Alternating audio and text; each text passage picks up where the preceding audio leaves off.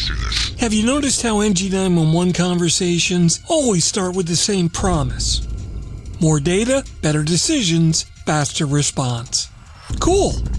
Now let me ask the uncomfortable follow-up. What happens when that more data is wrong? Not missing, not delayed, but wrong. Because in a data flood, bad data doesn't just drift by quickly. It gets promoted. It gets trusted. And it gets acted upon. And that is where the danger lives. That's coming up next on TiPS, Today in Public Safety. Welcome to TiPS, Today in Public Safety, your go-to podcast for today's breaking stories and public safety news. Here's your host, Fletch, with today's tips.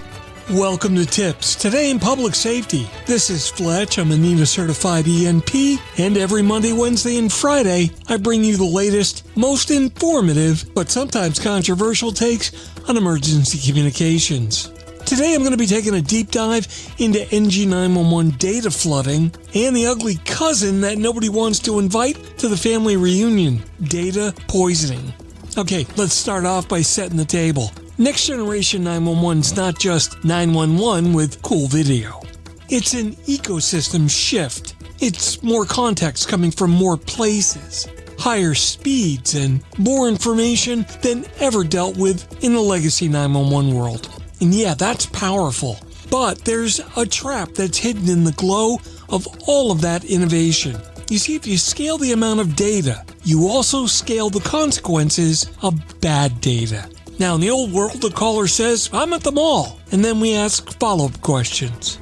We triangulate, we validate, we use good judgment. In the new world, systems can hand us location, floor, building entrance, and alarm panel data. There's information from cameras, sensors, medical notes, you name it.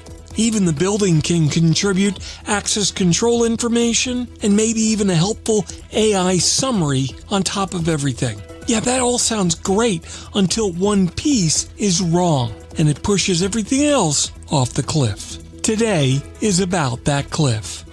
First, let's define a few terms in plain English. A data flood is what happens when your environment is suddenly capable of sending an ocean of information into the public safety workflow. Not just voice, everything. Sensors, building systems, vehicle telemetry, campus safety platforms, medical devices, apps, and third-party aggregators, all promising to enrich the call with helpful context. Now, data poisoning. This doesn't have to be some evil mastermind hiding out in a dark hoodie. It can be malicious, yeah, but it's often accidental. It's often structural. You see, data poisoning is any condition where information is entering the decision loop that's incorrect. Maybe it's misleading, stale, manipulated, or presented with a level of confidence that it doesn't deserve. Now here's the scary part. Bad data isn't always obviously bad. Bad data can look clean. It can look precise. It can look official. And it can even come with a comforting label like verified. Meanwhile, the real-world outcome is responders walking into the wrong door, staging in the wrong place, or making tactical decisions based on sensor data that's quietly died 3 weeks ago. Next generation 911 is a force multiplier. And like any force multiplier, it multiplies mistakes just as well. So let me give you a few realistic, this can happen next Tuesday examples. Example 1, the confidence trap. A location feed shows a dot on a map with 6 decimal points. Beautiful. The only problem is the dot's mapped to the wrong building. Why? Because the enterprise GIS layer is outdated. The system's not lying on purpose. It's lying with confidence. Example number 2, the stale sensor. A building system reports normal conditions. The dispatcher sees it and feels relief, but the sensor's offline, frozen, or miscalibrated. So normal is not a status, it's a default. Example number 3, the duplicate incident problem. This is where multiple automated sources report the exact same event. Alarm panel, app, camera analytics, and maybe even a social media scrape. The workstation lights up like a Christmas tree. It feels validated with the data because it appears in many places. But it's just one bad seed replicating across channels. All the same thing and all wrong. Example number 4, the helpful summary that's wrong. AI gets a burst of incoming context and produces a clean narrative. The language is polished, it's firm and decisive, but it's also based on partial data, or it merges two incidents, or makes an assumption that no human would ever make if they were asking clarifying questions. The classic hallucination. Example number 5, deliberate manipulation. Yeah, unfortunately, the malicious version exists. Spoofed device IDs, fabricated sensor events, synthetic media, or a compromised enterprise system that's feeding your workflow a story that was built to steer response in a specific direction, benefiting the attacker. Now, I'm not trying to turn this into a horror movie. I'm just trying to make one point.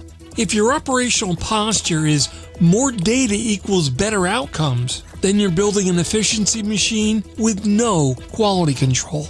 And in public safety, quality control is the difference between help and harm. The reality check. We love the word interoperability. We love integration. We love data sharing. But the uncomfortable truth is this: attributable does not automatically mean trustworthy. Just because a data feed has a name and a source code doesn't mean that it's correct. And it doesn't mean that it's current. And most of all, it doesn't mean that it's safe to act on without validation. So the moment we start treating inbound data as gospel, we quietly replace human judgment with interface confidence. Now, if you want to see this problem in the wild, look for any workflow where the operator says, "Well, that's what the system says," and then the conversation stops. You see, that's the warning sign.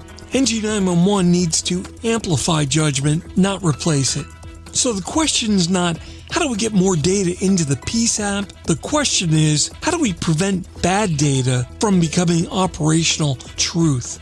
The bottom line: NG911 is not just a technology upgrade, it's a trust problem. If we're going to accept a flood of information directly into the call taking and dispatch workflow, we've got to treat data quality like a life safety function. And that means some new core principles. Number 1, provenance matters. Know the source, and know what that source is allowed to claim as truth. Number 2, freshness matters. Stale data needs to be obvious, not silent. Number 3, validation matters. Automated does not mean verified.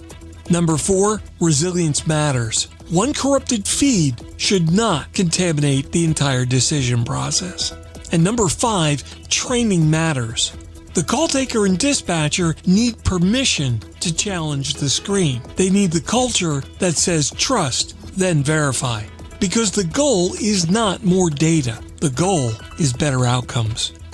And sometimes the safest move is to slow down just enough to make sure the data is real before it becomes action. That wraps up today's episode of TiPS, Today in Public Safety. Thanks so much for listening. For more updates and insights, remember to follow me on social media at Fletch911. And you can visit 911tips.com, where you'll find a complete archive of my previous episodes. Check out my blogs at fletch.tv, and my professional website is at fletch911.com. Stay safe, thanks so much for listening. And if you're in public safety, thanks for what you do every single day. We'll see you next time. Take care. You've been listening to TiPS, Today in Public Safety, your go-to podcast for today's breaking stories and public safety news. Hosted by Fletch and available every Monday, Wednesday, and Friday. Catch past episodes on 911tips.com. Be sure to like and subscribe, and remember to join us each week for the latest on NG911. I am Spider Harrison, the official 911 voiceover dude. Catch me on Sirius XM on various channels, including 90s on 9, the 10 spot, and on the Weekend Countdown on Hits 1. Or don't regret it for the rest of your life. Either way, I'm good.